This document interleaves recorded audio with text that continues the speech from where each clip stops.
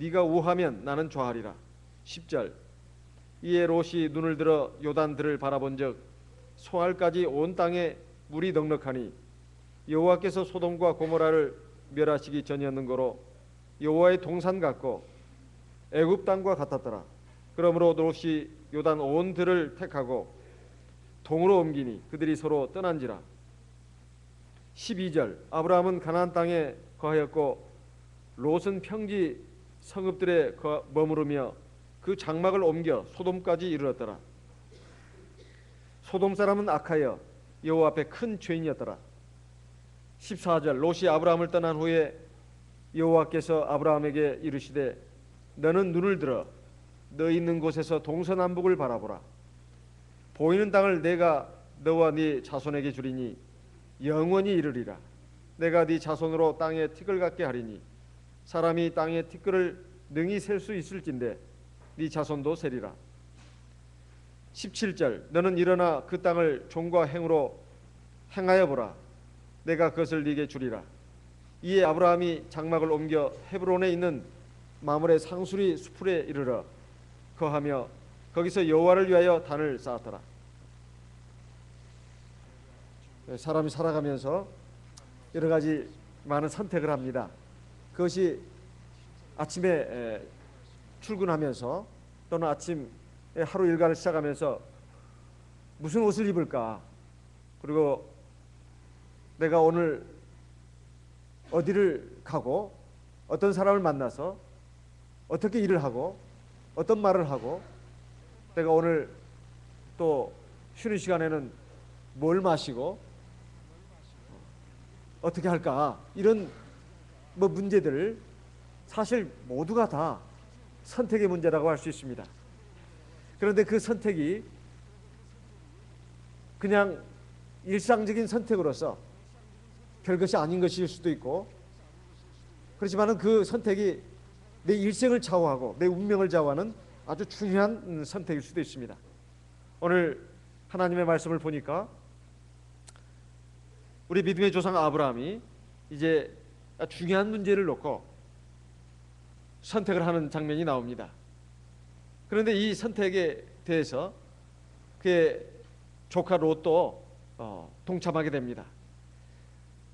삼촌인 아브라함과 조카 롯이 현실적인 삶의 문제를 놓고 서로 갈등이 일어났고 다툼이 일어났습니다. 그런데 그 현실적인 문제를 어떠한 것을 기준으로 해가지고 선택을 했는가, 이것에 의해서 그들의 삶의 운명이 극명하게 갈렸습니다. 먼저 아브라함 그리고 그의 조카 롯도 양과 소를 쳐서 먹고 사는 목축업을 주로 했었습니다. 하나님의 부르심을 받고 인도하심을 받고 가나안 땅에 이르는 아브라함과 롯, 비록 잠깐의 잘못도 있었고 실수도 있었지만 아브라함은 그것을 통해서 심기일전했고 신앙의 길로 나가는 것으로 방향을 잡았습니다. 그런데 아브라함이 치는 양과 소, 가축들이 상당히 많았습니다. 그런데 자기 조카 롯도 마찬가지로 목축을 하다 보니까 역시 그도 양과 소를 가지고 있었고 서로 그 숫자가 늘어나가지고 이제 한 곳에서 함께 가기 어려운 상황이 벌어졌습니다. 아브라함의 목자 그리고 롯의 목자가 서로 자기가 치는 그런 가축들을 좀 더 잘 먹이려고 하다 보니까 좋은 풀이 있고 물이 있는 그런 곳을 이제 먼저 가서 차지해 가지고 먹이려고 했었습니다. 그러다 보니까 이제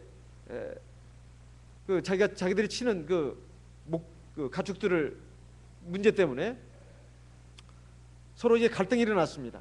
그 목자들 사이에 다툼이 일어났어요. 사실 아브라함에게 있어서 조카 롯은 자식과도 같은 사람이었습니다. 일찍이 아버지를 여인 조카 롯을 자식처럼 키우고 그리고 데리고 이곳까지 왔습니다. 그래서 사실 조카라기보다는 아들과 다 같았고 또 아브라함에게 당시 자식이 없었기 때문에 아브라함으로서는 어쩌면 이제 자기가 가진 재산을 결국은 다 이 조카에게 물려줄 수도 있지 않을까, 이런 생각도 했을 수 있습니다.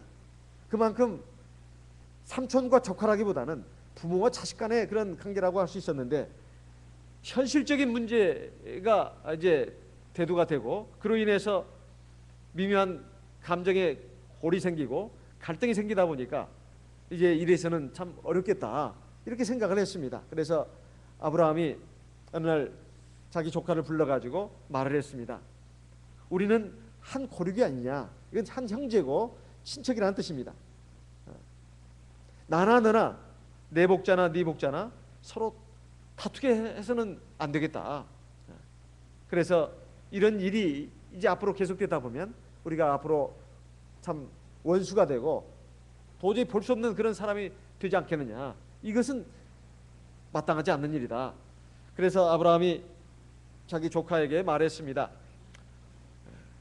네 앞에 온 땅이 있지 않냐, 너는 나를 떠나가라. 네가 왼쪽을 택한다면 나는 오른쪽 땅을 택할 것이고, 네가 오른쪽 땅을 택하면 나는 왼쪽 땅을 택할 것이다.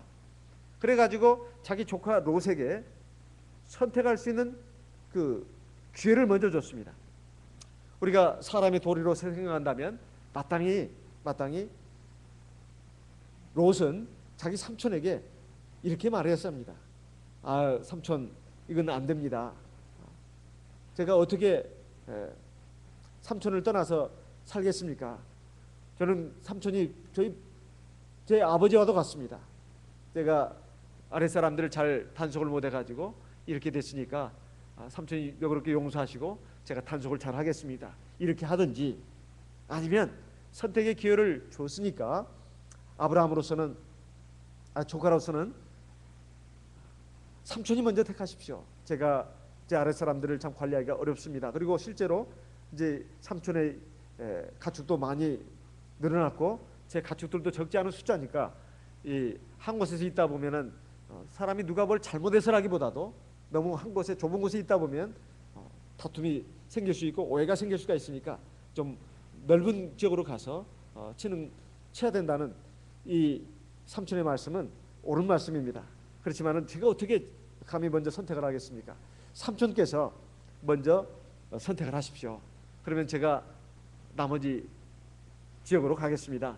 이렇게 말해야 이게 정상이 아니겠습니까? 그런데도 조카는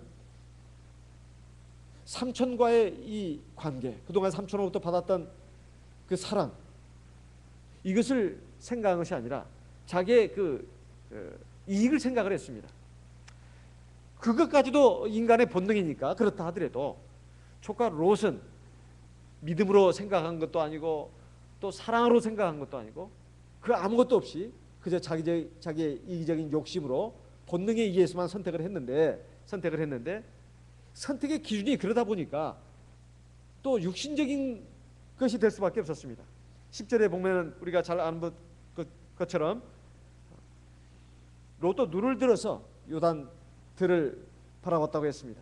그랬더니 소 아래에서 온 땅에 물이 넉넉해 가지고 아직 하나님께서 소돔과 고모라를 멸망하기 전이었기 때문에 여호와의 동산 같고 애굽 땅과 같았다, 이렇게 나오고 있습니다. 그러니까 롯이 인간적인 눈으로 그리고 세상적인 눈으로 자기 앞에 있는 것들을 바라보니까 좋은 것이 눈에 띄었단 말이에요. 그것이 바로 요단들이었습니다. 거기에 5 성읍 가운데 소돔과 고모라가 있는데 소돔과 고모라가 나중에 하나님께서 멸망시킨 죄악의 성읍 아니었습니까? 사람들이 모여 살고 좋다고 생각하는 그곳에 사람들이 모이기 마련입니다. 그러면 자연스럽게 거기에는 죄악이 넘치게 돼 있고 또 사람들은 하나님을 떠나게 되면 타락할 수밖에 없습니다. 그래서 여기에 보게 되면 여호와의 동산 같았다고 하는 것은 굉장히 물자가 풍부했다는 뜻입니다. 사람이 살기에 굉장히 좋은 곳이었다는 뜻입니다. 그리고 애굽 땅과 같았다는 것은 참 향락을 즐기고 쾌락을 즐기면서 살기에 아주 좋은 곳이었다는 뜻입니다. 여호와의 동산, 애굽 땅, 이것은 아주 물자가 풍부해 가지고 걱정 근심 없이 살만한 곳이었고, 그리고 재미나는 일, 즐거운 일, 이것을 누리려면 얼마든지 누릴 수 있는 그런 애굽 땅과 같았다는 뜻입니다. 그래서 롯이 인간적인 욕심으로, 세상적인 안목으로 선택한 곳은 바로 요단들이었습니다. 그래가지고 장막을 옮겨서 그쪽까지 갔는데, 당시에 그 소돔은 어떤 지역이었냐면 아주 악해가지고 하나님 앞에 큰 죄인이었다, 이렇게 나오고 있습니다. 그러니까 물자가 풍부하고 그리고 살기 좋은 곳이었지만은 하나님이 정말로 근심하고 노할 정도로 죄악이 관영하는 곳이었다 하는 것입니다. 그런데 롯은 그것이 그 자기의 선택하는 데 있어서 주저하게 하는 그런 것이 아니었습니다. 어쨌든 물자가 풍부하고 그리고 즐기면서 재미있게 살 수 있는 곳이면 좋은 것이었습니다. 그래서 그걸 선택해 가지고 그쪽으로 갔습니다. 그런데 아브라함은 사실 믿음의 사람이었습니다. 믿음의 사람이었기 때문에 사실은 조카 롯에게 선택의 기회를 먼저 줬지만은 아브라함이 먼저 사실 선택을 한 겁니다. 그것조차도 먼저 선택을 했다 이 말이에요. 그러면 아브라함이 인생을 선택하고 삶의 내용을 선택하는 데 있어서 기준으로 삼은 게 뭡니까? 바로 신앙이었다는 겁니다. 신앙. 아브라함의 일생을 쭉 보게 되면 믿음으로 선택을 했다는 것을 알 수가 있습니다. 하나님께서 말씀하시면 어디라도 갑니다. 네 본토 친척 아비집을 떠나서 내가 지시하는 땅으로 가라 했을 때 하나님이 어떤 행선지를 알려주신 것이 아닙니다. 그래서 우리는 히브리서 11장에서 볼 수가 있습니다. 히브리서 11장 8절에 보게 되면 하나님이 가라고 하는 것을 알려주지도 않고 하나님이 네 본토 친척 아비집을 떠나서 내가 지시할 땅으로 가라고 했을 때 아브라함은 갈 바를 알지 못하고 갔다고 나와 있습니다. 히브리서 11장 8절에 갈 바를 알지 못하고 갔다. 갈 곳의 방향을 알지 못해도, 그리고 내가 가는 곳에 어떤 것이 기다리고 있는지 몰라도, 어떤 위험과 손해가 닥칠지라도 그것을 각오하고 갔다는 것입니다. 자기의 안정된 삶의 기반, 여건을 다 버리고 미지의 곳을 향해서 갔다는 거예요. 이것이 아브라함이 믿음의 사람이라는 뜻입니다. 우리가 하나님의 말씀을 들을 때도 어떨 때는 뜬구름 잡는 것 같고, 사실 하나님의 말씀을 따라가면은 과연 나에게 좋은 일이 일어날까? 좋은 일이 일어날까? 그렇지 않을 것처럼 느껴지는 말씀들이 너무 많습니다. 하나님 말씀을 보면 현실에 맞지 않고, 사실 내 경우에 맞지 않고, 내가 좀 감당하기 어려운 그런 말씀들이 사실 너무 많아요. 너무 많아. 내 성격에도 맞지 않아요. 내 마음에도 맞지 않고, 내 스타일에도 맞지 않습니다.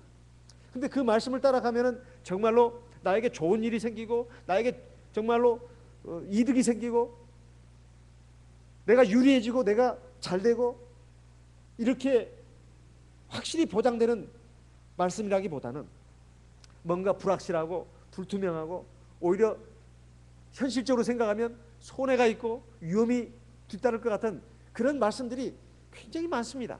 굉장히 많아요. 그런데 아브라함은 일단 자기의 현실적인 모든 그 안정된 것을 버렸다는 것입니다. 그리고 그 하나님의 약속이 담긴 말씀을 믿고 그걸 의지하면서 그 말씀을 따라갔다는 거예요. 갈 바를 알지 못하고 따라갔다는 것은 내 앞에 어떤 손해와 위험이 닥친다 할지라도 하나님께서 반드시 약속하신 그 말씀대로 나에게 좋은 일이 주어질 것이다. 이것을 믿고 나갔다는 것입니다. 이것이 바로 아브라함의 신앙이었습니다. 두 번째로, 하나님이 말씀하시면 무슨 일이라도 했습니다. 무슨 일이라도. 그것이 도저히 할 수 없는 일인데도 했다 이 말이에요. 우리가 잘 아는 것처럼 독자 이삭을 하나님께 바치라는 말씀을 들을 때 하나님이 하신 말씀은 다른 게 아닙니다. 네 아들, 네 사랑하는 독자 이삭을 데리고 모리아 땅으로 가서 내가 네게 지시하는 한 산, 거기서 그를 번제로 드려라.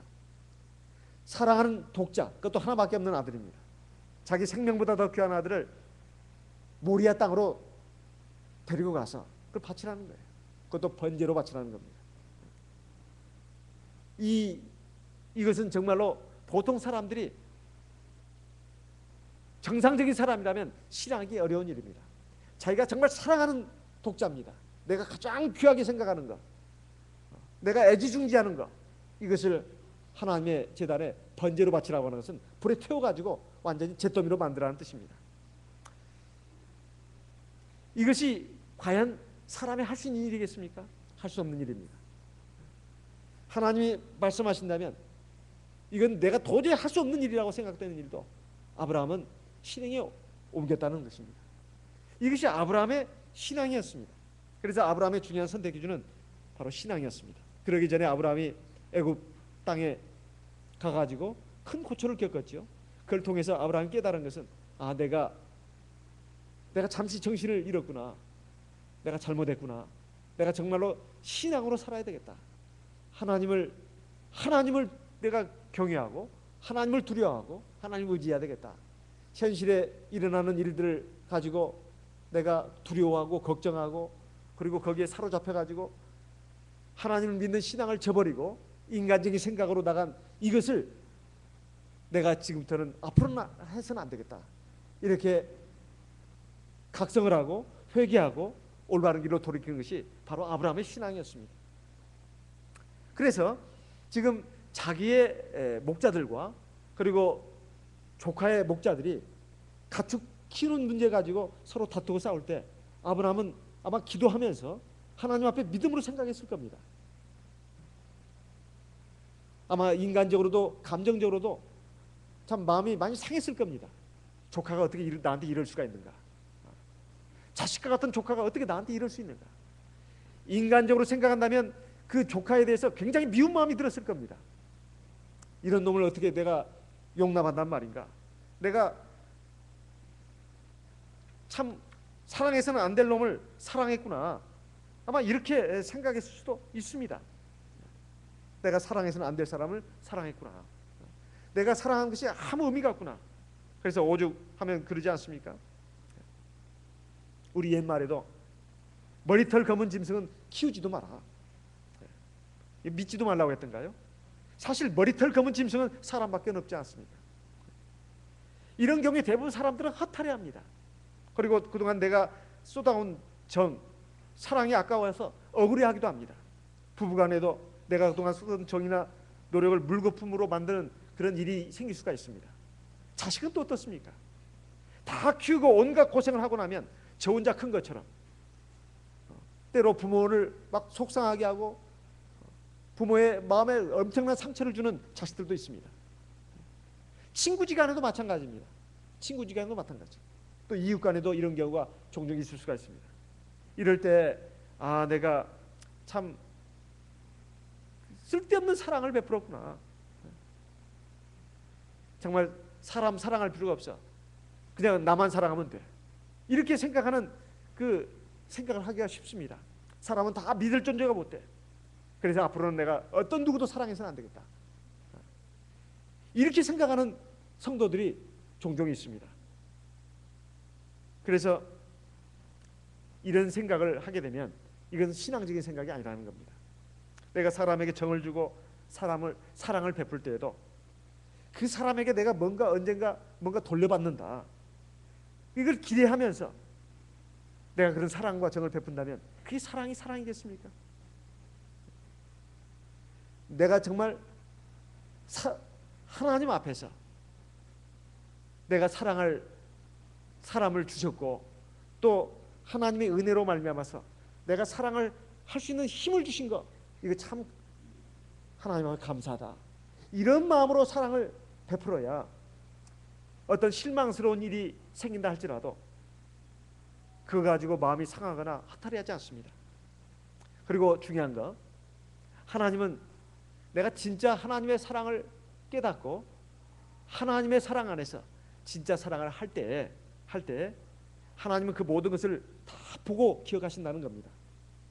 결국 나중에 몇 배 축복을 해주신다는 거예요.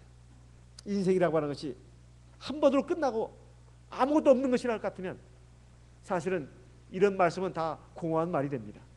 하지만 하나님의 살아계시고 이 인생 이것으로 끝나는 것이 아니라 영원한 삶의 세계가 펼쳐지는데 그 사이에 하나님의 공의로운 심판이 있다는 것입니다. 그랬을 때 그 심판이 있기 때문에 그 심판을 의식하든 의식하지 않든 내가 진짜 사랑을 할 때 설령 사람은 나를 실망시킨다 할지라도 내 마음에 아픔을 주고 심지어 나에게 어떤 고통을 주는 그러한 일을 한다 할지라도 우리가 그것 가지고 내가 사람 사랑하는 일은 잘못된 것이다, 그리고 내가 너무 실망스럽다, 그래가지고 자기 혼자의 그것으로 위축되고 또 자기 혼자성에 갇혀버린다면 이것은 정말로 잘못된 것이다 하는 것입니다. 우리는 정말 하나님을 믿고 의지하고 내가 하나님의 주신 힘으로 베풀어 줄 수 있다는 것에 감사해야 되겠습니다. 그리고 내가 사랑을 베푸는 것으로 만족하고 감사하고 인간에게 사람에게 뭘 기대해서는 안 되겠다는 겁니다. 만약에 받을 것을 기대하고 베푼다면 이건 사실 사랑이 아닐 수도 있습니다. 아니, 사랑이 아니라고 봐야 합니다.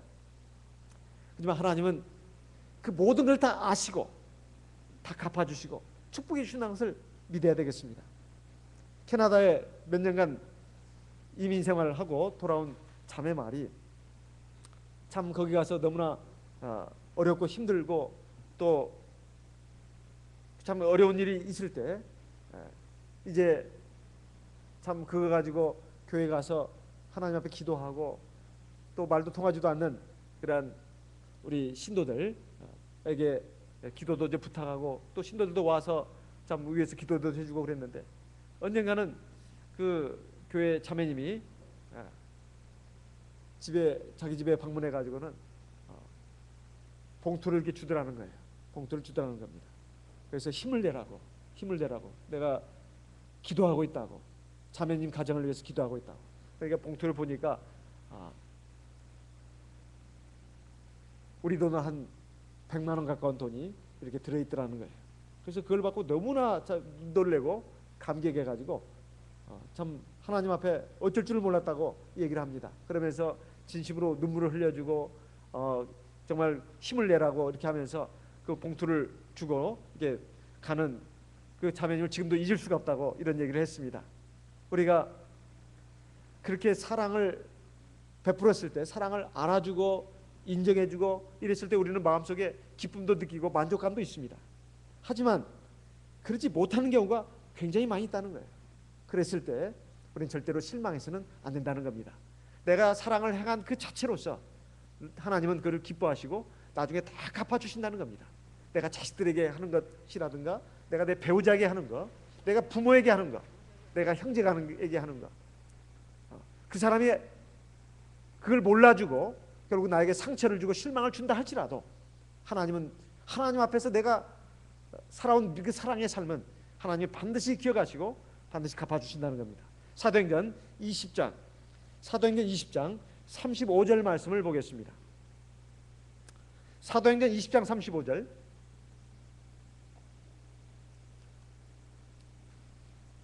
같이 읽어보겠습니다. 사도행전 20장 35절 범사에 너희에게 모본을 보였노니 곧 이같이 수고하여 약한 사람들을 돕고 또 주 예수의 친히 말씀하신 바 주는 것이 받는 것보다 복이 있다 하심을 기억하여야 할지니라. 주님께서 말씀하셨습니다. 내가 너희에게 말하노니 이 소자에게 냉수항으로 주는 것도 결단코 그 상을 잃지 않는다고 했습니다. 소자가 그 물 한 그릇 주면은 그거 알겠습니까? 그 가치를? 소자라고 하는 것은 철이 없고 어린아이 같은 사람을 말합니다. 아무것도 깨닫지 못해요. 그냥 받기만 하는 사람입니다. 그리고 갚을 능력은 없는 사람이에요. 철도 없습니다. 그것은 꼭 어린아이를 말하는 게 아닙니다. 힘도 없고 연약하고 그리고 보답할 수 있는 능력이 전혀 없는 사람, 그리고 철도 안 든 사람, 그게 냉수항으로 주는 것이라 할지라도 결단코 그 상을 잃지 않는다고 말씀하고 있습니다. 그 냉수항 그릇이 뭐 별거나 되겠습니까? 사실 아무것도 아닌 거죠. 그렇다면 우리가 하나님 앞에서 사는 우리의 모든 삶이 하나님의 눈에 있다는 것입니다. 하나님을 기억하신다는 거예요. 아브라함은 모든 면을 믿음으로, 그리고 믿음에 바탕한 사랑으로 그 삶의 기준을 잡았습니다.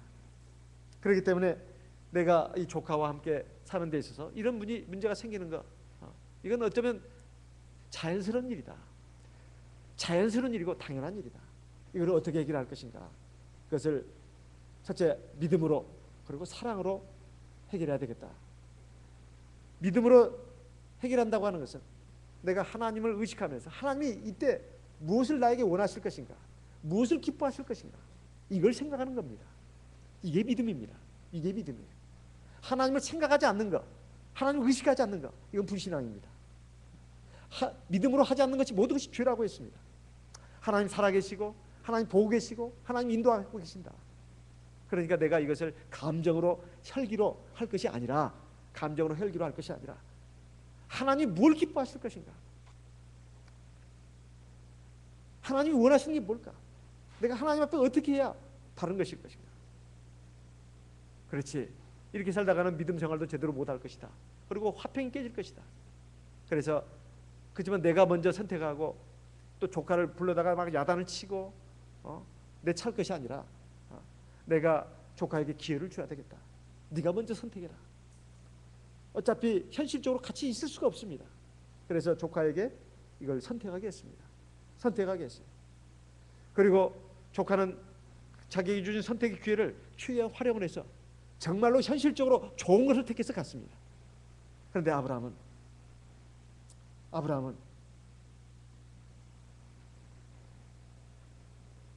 믿음으로 하나님을 택했습니다. 하나님을 택하고 하나님의 말씀을 택하고 하나님의 뜻을 택했다 이 말이에요. 이것이 사실 쉬운 일이 아닙니다. 우리는 눈을 뜨고 살기 때문에 현실이 눈에 들어오고 인간적인 것이 눈에 들어옵니다. 그러다 보니까 인간적인 생각을 하고 인간적인 판단을 하고 인간적인 선택을 하는 경우가 대단히 많습니다. 말을 하는 데 있어서나 행동을 하는 데 있어서나 하나님을 생각하지 않습니다. 하나님의 말씀을 생각하지 않아요. 하나님의 뜻이 무엇인지 잘 생각하지 않는다 이 말이에요. 그저 내 마음에 좋은 대로, 내 감정이 움직이는 대로, 현실적으로 나에게 좋은 대로 이렇게 생각을 하고 판단을 하고 결정을 하고 그걸 선택하는 경우가 많이 있습니다. 근데 아브라함은 그렇게 하지 않았습니다. 이것이 바로 아브라함의 훌륭한 점입니다. 아브라함의 훌륭한 점이에요. 그래가지고 결국은 조카 롯은 좋은 걸 택해 갔습니다. 우리가 늘 들어왔듯이 가나안 지역은, 이스라엘 지역은 거의 광야입니다. 황량한 땅이에요. 좋은 땅이라 해봐야 그 요단들 그것밖에 없어요. 그러니까 그 땅을 다 차지하고 나면 나머지는 이제 거의 쓸모없는 땅입니다. 조카는 좋은 땅을 택해서 갔습니다. 이제 아브라함에게 남은 땅은 사실은 목축을 하기에는 굉장히 참 불리한 지역입니다. 어떻게 하겠습니까? 사실 아브라함은 손해 아니겠습니까? 근데 그게 손해가 아니었다는 겁니다.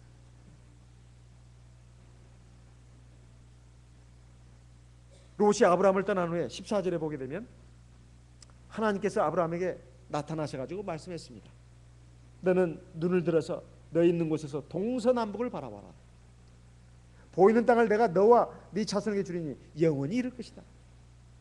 눈을 들으라고 하는 것은 이제 아브라함도 이제 믿음으로 사랑으로 생각해서 조카에게 그 기회를 주고 조카는 좋은 땅을 택해서 떠나갔지만 인간적으로 생각하면 얼마나 참 실망스러운 일이겠습니까? 얼마나 실망스러운 일이겠냐. 세상에 내 자식과 같이 사랑으로 키웠던 조카가 어떻게 나한테 이럴 수가 있단 말인가. 그 조카에 대한 그 인간적인 그 실망 그리고 분노 이런 것도 있었을 것입니다. 그리고 또 현실로 생각해 보니까 조카에게 괜히 내가 그런 말을 해가지고 내가 내 삶이 더 어려워지고 힘들어졌네. 그러면서 이제 이 많은 가축들을 그리고 거기에 딸린 종들을 데리고 내가 어떻게 살아야 되나. 아마 현실적으로 막막했을 겁니다. 막막했을 거예요. 그래도 하나님이 어떻게 해주시겠지 그런 생각은 가지고 있었지만은 하나님이 어떻게 해주시겠지 그 믿음이 있었기 때문에 그 일을 했지만은 이제 어떻게 해야 되나 아마 이렇게 생각하고 있었을 겁니다. 그런데 하나님은 그런 욥에게 그 아브라함에게 나타나셔가지고 너는 눈을 들어서 너희 있는 곳에서부터 동서남북을 바라봐라. 네 눈에 보이는 모든 것을 내가 너에게 줄 것이다. 이렇게 말씀했습니다. 너와 네 자손에게 줄 것인데 영원히 이룰 것이다. 이렇게 말씀했습니다. 우리가 믿음으로 산다고 하는 것은 바로 이 아브라함의 이 자세를 본받는 겁니다. 제가 심부했던 어떤 교회에 한 자매님이 있었습니다. 그런데 그 교회에 심부했던 저희 선배 원로 목자님께서 이런 얘기를 해주셨습니다. 이 교회에 한 자매가 있었는데 교회 생활을 학생 때 중고등학교까지 그런 대로 이렇게 생활을 했다는 겁니다. 그런데 이제 대학을 가게 됐는데 기독교 단체에서 운영하는 그런 병원에 이제 간호사로 취업을 하려면 일반 교회에 다닌다고 하는 그 재적 증명서, 또 거기서 세례를 받았다고 하는 그 세례 증서가 있어야 된다는 거예요. 그래서 이 목자님에게 와서 상의하기를, 목자님, 제가 그 대학을 가려면 제가 이 교회를 잠시 좀 쉬고 일반 교회를 좀 나가야 되겠습니다. 일반 교회를 나가야 되겠습니다. 가서 그리고 어느 정도 다녀야 그 교회 신도라고 하는 그 증명서도 나오고 또 세례 증서도 나와가지고 내가 취업도 하고 그렇게 해서 내가 나중에 우리 교회로 또 돌아오면 안 되겠습니까? 이렇게 얘기를 했습니다. 그래서 그건 안 된다. 한번 잘 생각해봐라. 우리 자매가 믿음으로 한번 잘 생각해봐라. 그렇게 하지 말고 하나님을 의지해라. 그랬더니 이 자매는 꼭 그렇게 할 필요가 있냐고 그러면서 그 일반 교회를 이제 나갔습니다. 그래가지고 결국은 그 간호대학을 들어가고 일반 그 교회에서 운영하는 그 병원에 취업이 돼서 신앙생활을 하게 됐는데, 제가 이제 부임을 해서 보니까 그런 일을 알게 됐습니다. 그런데 그 자매는 교회 생활을 못하는 겁니다. 전혀 안 나오는 거예요. 그래서 제가 그 부모님도 그 걱정하고 염려해가지고 신방을 몇 번 했지만은 이미 우리 교회 신앙에서 떠나고 말았던 것입니다. 저는 참 그것이 참 굉장히 아쉽게 생각이 됐습니다. 정말 믿음으로 생각하고 신앙을 굳게 지켰다면 하나님께서 오히려 더 좋은 길로 인도해 주실 것인데, 그 현실적인 그것만 생각하고 결국 신앙을 버림으로써 결국은 영원한 생명을 잃어버리게 된 게 아니냐, 이런 그 안타까운 마음이 들었습니다. 물론 아브라함처럼 비록 잘못을 하고 실수를 했다 하더라도 돌이키면 하나님이 또 용서하시고 은혜를 베풀어 주신다고 생각합니다. 저는 그 자매가 언젠가는 하나님 앞으로 나올 수도 있으리라고 생각합니다. 그래서 그 가족 되시는 분들이 아마 또 기도하고 있으리라고 생각합니다. 우리가 생각해야 될 것은 믿음으로 생각하는 것. 이게 과연 하나님의 말씀인가, 뜻인가, 이걸 한번 잘 생각하고 판단을 해야 되겠다는 것입니다. 제가 아는 어떤 집사님은 식당을 하고 계시는데 안식일만 되면 교회를 나오십니다. 교회를 나오시고, 그리고 자기는 그 식당 일을 하면서 절대 술은 팔지 않겠다 결심을 했답니다. 결심을 했대요. 그래가지고 이제 안식일을 철저히 지키고 그 다음에 술은 팔지 않겠다 이렇게 결심을 하고 나서부터 지금 식당을 하는데, 그분 건강이 그렇게 좋지 않고 지금 연세도 제법 이제 드셨습니다. 그런데도 하나님께서 함께 하셔가지고 건강도 주시고, 그리고 남들 식당처럼 술은 팔지 않아도 하나님께서 함께 하시고 은혜를 베풀어 주시다, 이런 얘기를 하는 것을 제가 들었습니다. 그러나 그분이 저는 생각하는 것이 뭐 안식일을 지키고 또 자기의 생각과 판단대로 이렇게 하고 저렇게 했다고 해가지고 하나님이 함께 하시고 그렇지 않았다, 이런 말씀을 드리는 게 아닙니다. 하나님께서 정말 자기가 신앙으로 이렇게 내가 생각하고 나가야 되겠다, 이렇게 생각했을 때 하나님께서 은혜를 베풀어 주신 것을 볼 수가 있습니다. 롯이 인간적인 생각으로 그 요단들을 택해 가지고 떠나갔지만은 하나님은 아브라함에게 나타나셔 가지고 더 큰 축복을 내려 주셨습니다. 내가 너 있는 곳에서부터 네가 바라보는 그 동서남북을 다 줄 것이다, 이렇게 축복을 하셨습니다. 우리가 비록 아브라함이 인간적으로는 실망하고 그리고 손해를 보는 것 같았지만은 결국 하나님께서 아브라함과 함께 하셔가지고 큰 은혜를 내려주신 것을 우리가 볼 수가 있습니다. 우리가 인생을 살아가면서 내가 정말 믿음을 가지고 하나님 말씀에 온전히 순종해서 사는 것이 쉽지 않다는 것을 저부터가 많이 느낍니다. 하나님의 말씀이라고 하는 것이 현실적인 문제를 택하는 데 있는 것만이 아닙니다. 우리가 말하고 행동하고 또 사람들과의 관계에서 내가 어떻게 처신해야 할 것인가, 말해야 할 것인가, 행동해야 할 것인가, 이것도 다 믿음의 선택의 문제입니다. 그랬을 때 하나님께서는 큰 은혜를 내려주신다는 겁니다. 아브라함이 눈을 들어가지고 동서남북을 바라봤을 때 현실적으로 그것은 자기 땅이 된 것은 아닙니다. 그렇지만 하나님께서는 너와 네 후손에게 주겠다고 했고, 그리고 영원히 이른다고 말씀했어요. 그리고 내 자손이 땅의 티끌같이 되어가지고 사람의 땅의 티끌을 셀 수 있다면 네 자손도 셀 수 있을 것이다. 이것은 엄청나게 그 자손이 많아질 것을 말해주고 있는 겁니다. 어제 저녁에 미국에서 한 6년간 살다 온 형제가 왔었습니다. 예배 마치고 나서 목자실에서 좀 차를 마시면서 얘기를 나누다 갔는데요. 이 형제의 그 간증을 들으면서 제가 참 은혜를 받았습니다. 27살에 미국에 이제 뉴욕에 갔는데 거기서 2년 정도 살았답니다.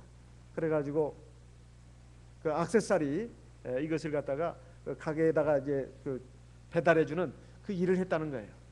근데 어느 날 그 액세서리가 들어있는 그 참 감 나가는 그 박스를 3개나 잃어버렸답니다. 2주 동안 계속 비가 와가지고 뉴욕에 참 그걸 배달하는데 굉장히 힘들었다는 거예요. 제가 물었습니다. 그 차로 배달했냐니까 아니 리어카에다 싣고 배달했다는 거예요. 그런데 사장님부터 시작해가지고 동료 직원들이 자기를 좀 안 좋게 본다는 거예요. 아마 이게 인종적인 편견인지 어쩐지 몰라도. 또 자기는 뭐 그걸 아랑곳하지 않고 열심히 성실하게 일을 했답니다. 그런데 그 액세서리, 고급 액세서리가 들어있는 박스를 3개나 잃어버렸으니 참 큰일이 났습니다. 그것을 돈으로 환산해 보니까 약 $3,000에서 $4,000, 우리 돈으로 한 400만 원 정도, 400~500만 원 정도 되는 그런 돈이었다는 거예요. 근데 이거 자기 수중에는 그 정도 돈밖에 없었다는 거예요. 근데 이거 참 큰일 났다. 그걸 갚고 나면 자기는 아무것도 이제 없는 상태가 돼가지고 한국에도 돌아갈 수 없는 그런 지경이 됐다는 것입니다. 그래가지고 아무리 찾아도 그것이 나오지 않더라는 거예요. 더군다나 자기 사장님이나 동료들도 자기를 지금 안 좋게 보고 있는데 이것까지 잃어버렸으니 참 이게 큰일 났다는 생각이 들었다는 거예요. 그래가지고 그거 잃어버린 거 빨리 배상을 하든지 어떻게 하든지 아마 그것을 지금 바라고 있었는 것 같습니다. 그런데 너무나 괴로워가지고 힘들어가지고 공항에 가서 내가 한국으로 도망가야 되겠다 그런 생각이 들었다는 거예요. 그래가지고 이 비행기 값밖에 안 되니까 이제 한국에 가는 비행기가 있냐고 그러니까 없다는 거예요. 다 그 비행기 표가 매진이 돼가지고 없다는 겁니다. 그래가지고 그날 저녁에 집에 돌아와가지고 그렇게 자기가 기도해 본 적이 없답니다. 그렇게 해본 적이 없대요. 자기가 어려서부터 아동반 예비부터 지금까지 쭉 교회 생활을 하고 교회 안식일에 교회에 빠진 적은 거의 없었지만은 자기 신앙이라고 하는 것이 사실상 보잘것이 없었다는 거예요. 세상 사람이나 나나 뭐 다 똑같다는 거죠. 그런데 이렇게 어려운 문제가 닥치다 보니까 믿고 의지할 분이 하나님밖에 없었다는 거예요. 그래서 자기 숙소로 돌아와가지고 하나님 앞에 기도를 했답니다. 하나님 제발 저를 좀 살려주십시오. 저 좀 살려주십시오. 제가 이 박스 이제 찾지 못하면 제가 가진 돈이 한 $5,000 이거 다 그냥 그 배상금으로 내야 되고 저는 이제 무일푼이 됩니다. 그리고 또 저 회사에서도 쫓겨날 지금 입장입니다. 자, 큰일 났습니다. 하나님 좀 도와주세요. 이렇게 간절히 기도를 했는데 갑자기 성령이 확 임해가지고 자기가 성령을 받아가지고 방언을 했다는 거예요. 그래서 자기는 그 고등학교 때 이미 자기는 성령을 받았다고 생각했다는 겁니다.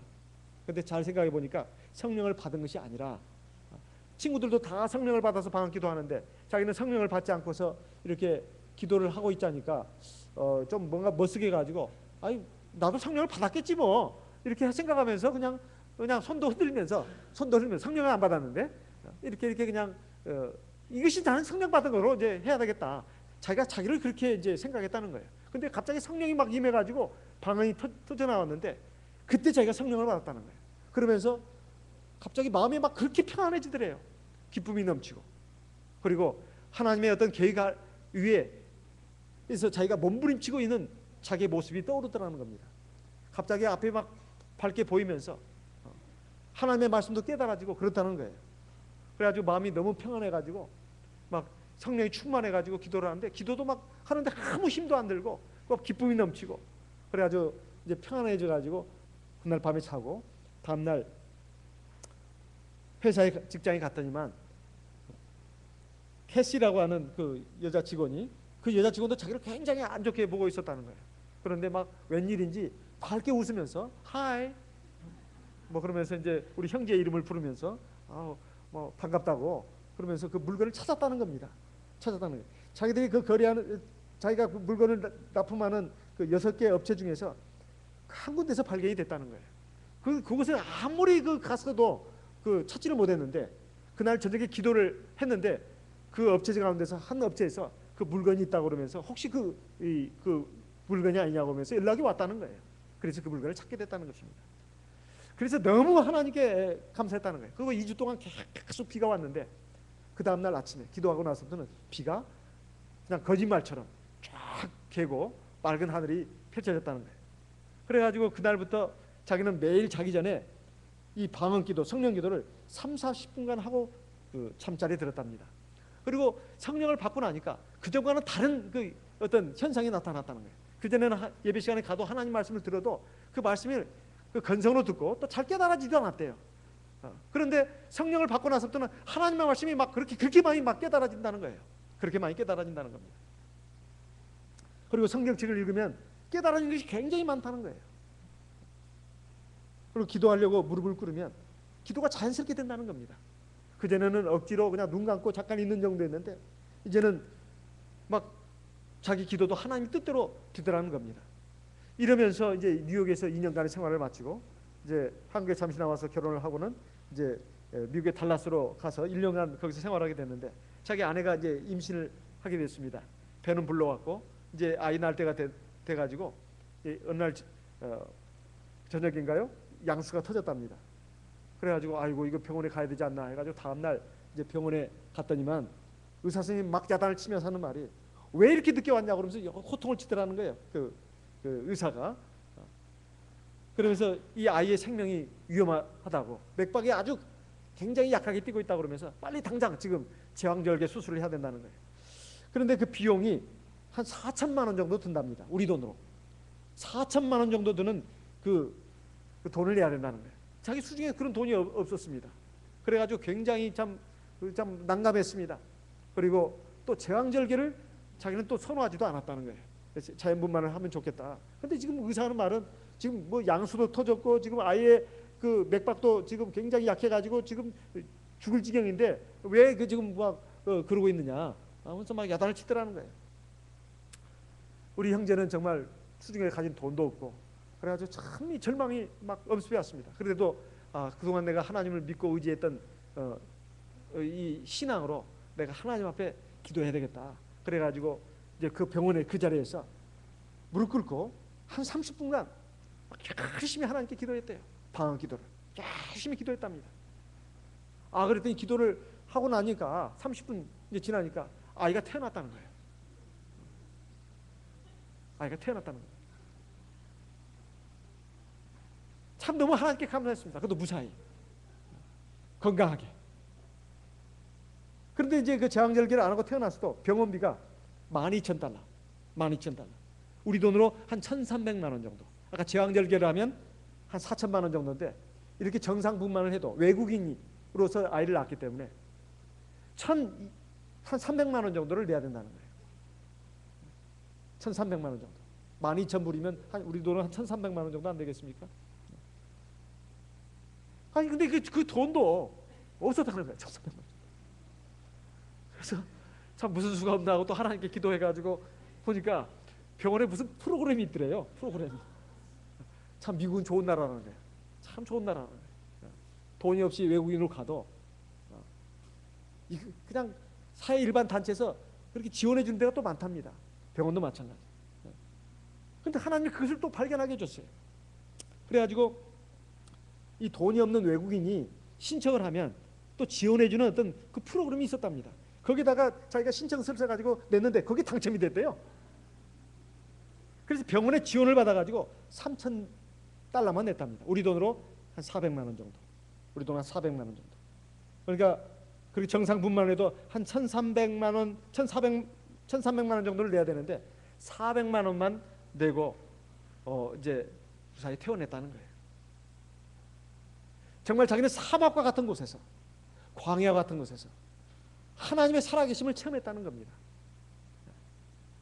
그리고 하나님이 정말 함께 하시고 돌봐주시는 것은 그 외에도 많이 있었다는 거예요. 그러면서 저한테 이런 말 하더라고요. 목자님, 정말로 하나님 믿고 의지합니다. 제가 꼭 목자 앞에서 제가 신도가 듣는 것 같았어요. 제가 이렇게 막 메모를 하면서 정말 하나님 믿고 의지합니다. 기도 많이 합니다.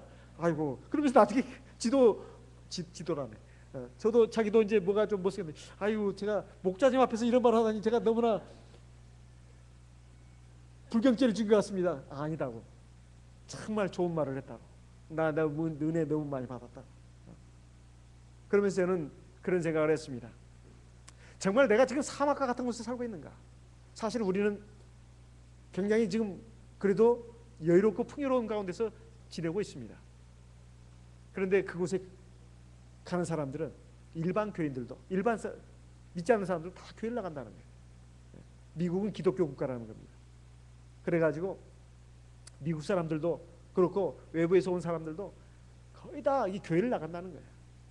그리고 하나님이 정말로 함께 하시고 은혜를 베푸시는 것을 체험한다는 겁니다. 그러면서 저희가 미국 뉴욕에 있을 때 힐스버러 처치에도 가봤는데, 힐스버러 교회도 갔는데, 그 뉴욕 그 퀸스 교회나 엘리자베스 교회나 또 힐스버러 교회나 정말 그 신도들한테 배울 게 너무 많다고 그러는 거예요.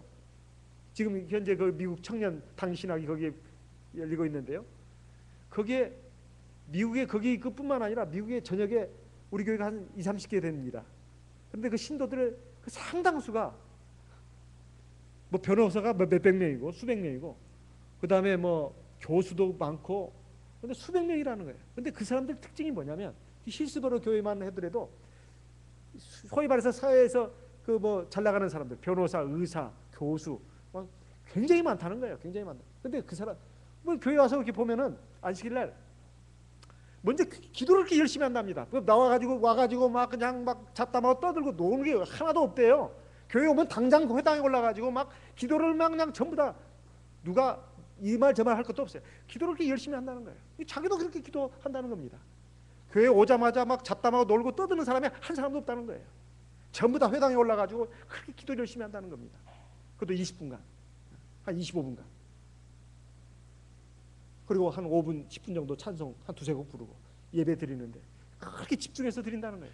첫 기도, 마지막 기도도 그렇게 길고, 그리고 교회 일찍 와가지고 막 그냥 그 청소하고 굳은 일을 하는 사람들을 보니까 사회에서 막 의사, 변호사, 교수 이런 사람들이 막 앞장서 가지고 막 그냥 청소도 하고 손에 막 묻혀가면서 막 그 청소하고 닦고 막 그냥 쓸고, 그리고 쓰레기 치우고 화장실 청소하고 이 굳은 일들을 그 사람들이 다 한다는 거예요. 그러니까 나머지 신도들 가만히 있는 사람들이 없대요. 그 작은 일을 찾아가지고 다 그렇게 봉사를 한답니다. 그러니까 하나님께서 그렇게 그 신앙으로 살고 아주 모범된, 근데 신앙의 차원이 다르다고 그런 얘기를 하더라고요. 어젯밤에도 그 외국에 있는 우리 참예수교 그 화교 신도들의 신앙이 우리하고 차원이 다르다는 거예요.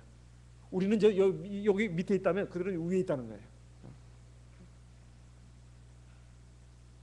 그런데 이제 거기도 보면은 이렇게 좀 남루하고 이렇게 좀 초라하고 그런 신도들인데, 그 화교들이라서 다 신앙이 좋은 건 아니랍니다.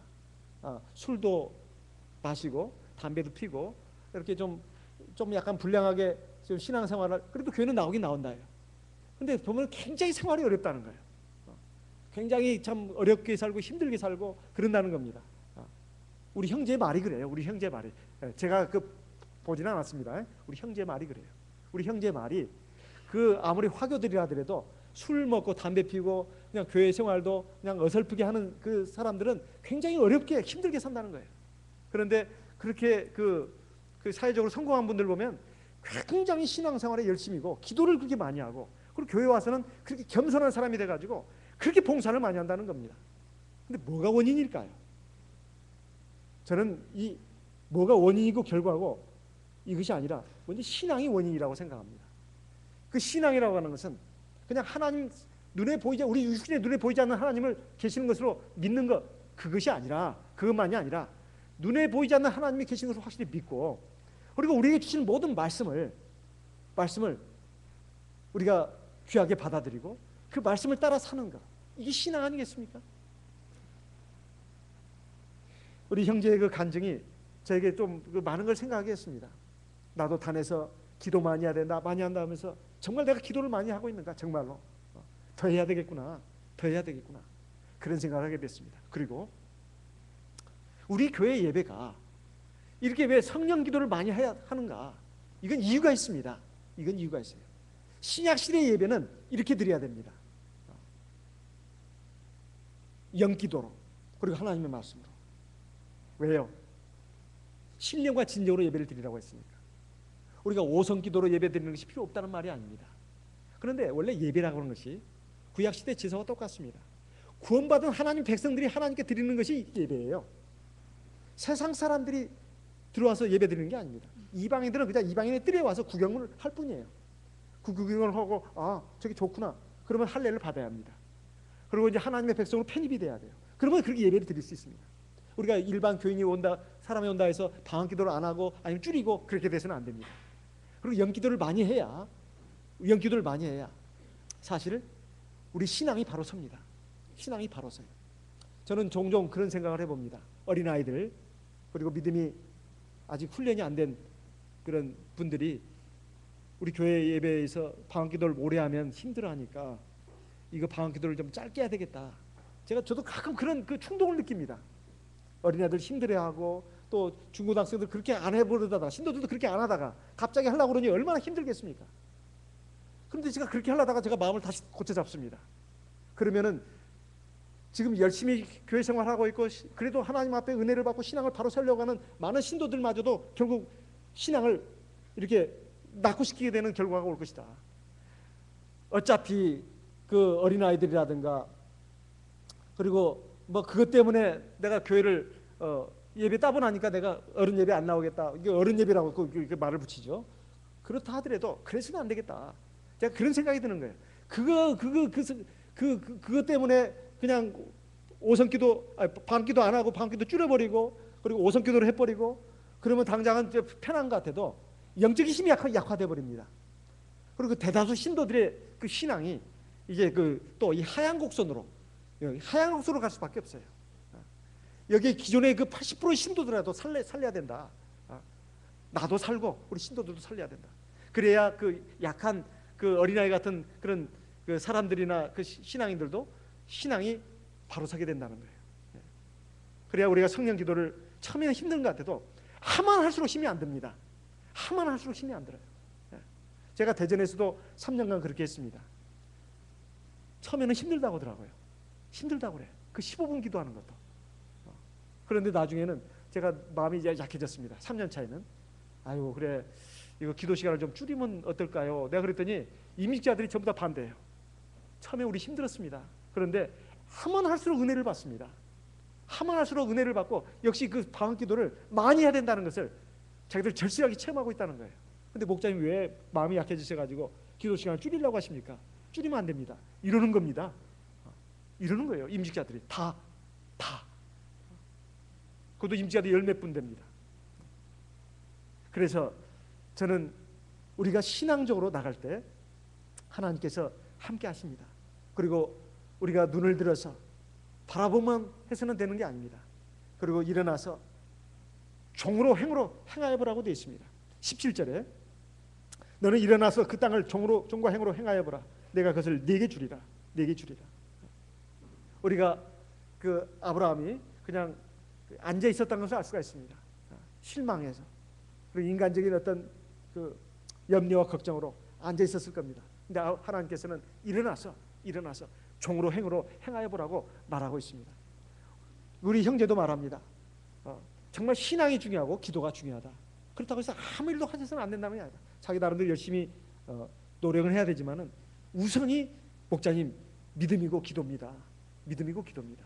그러면 하나님이 함께 해주십니다. 아무것도 염려할 것이 없습니다. 자기는 그것을 아주 절실하게 체험했다는 거예요.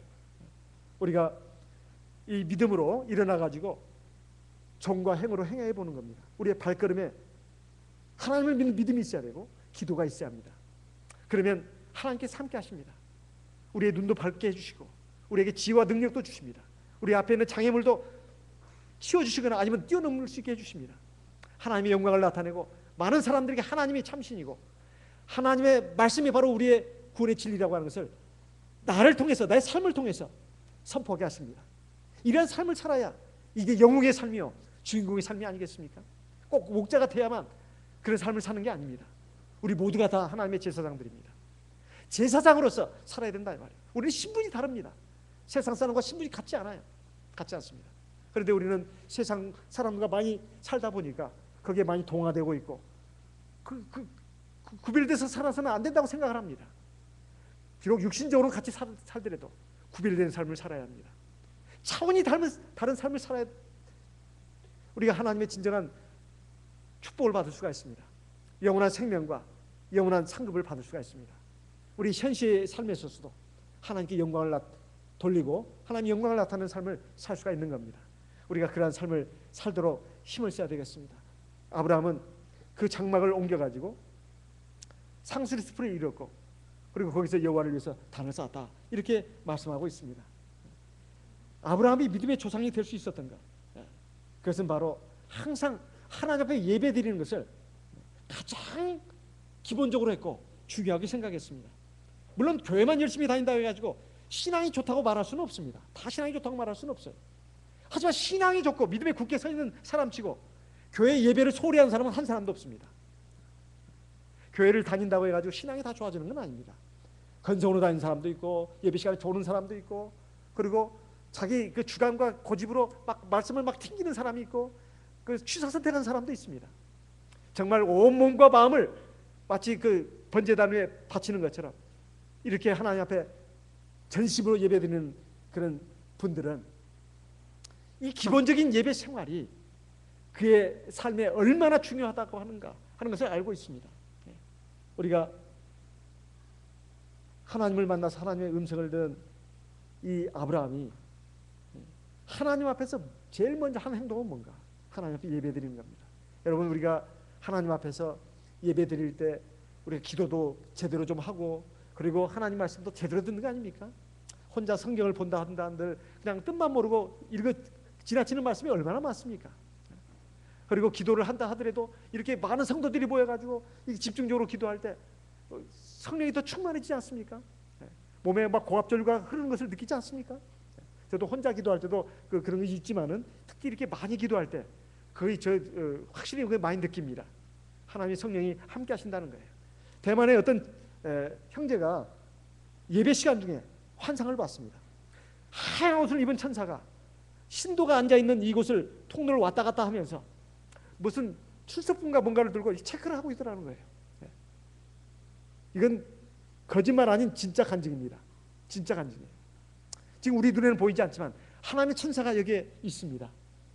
우리가 지금 오늘 예배에 왔는지 안 왔는지 누구는 와야 되는데 왜 안 왔는가 그리고 예배 드리는 우리 모습도 마음도 보고 있습니다.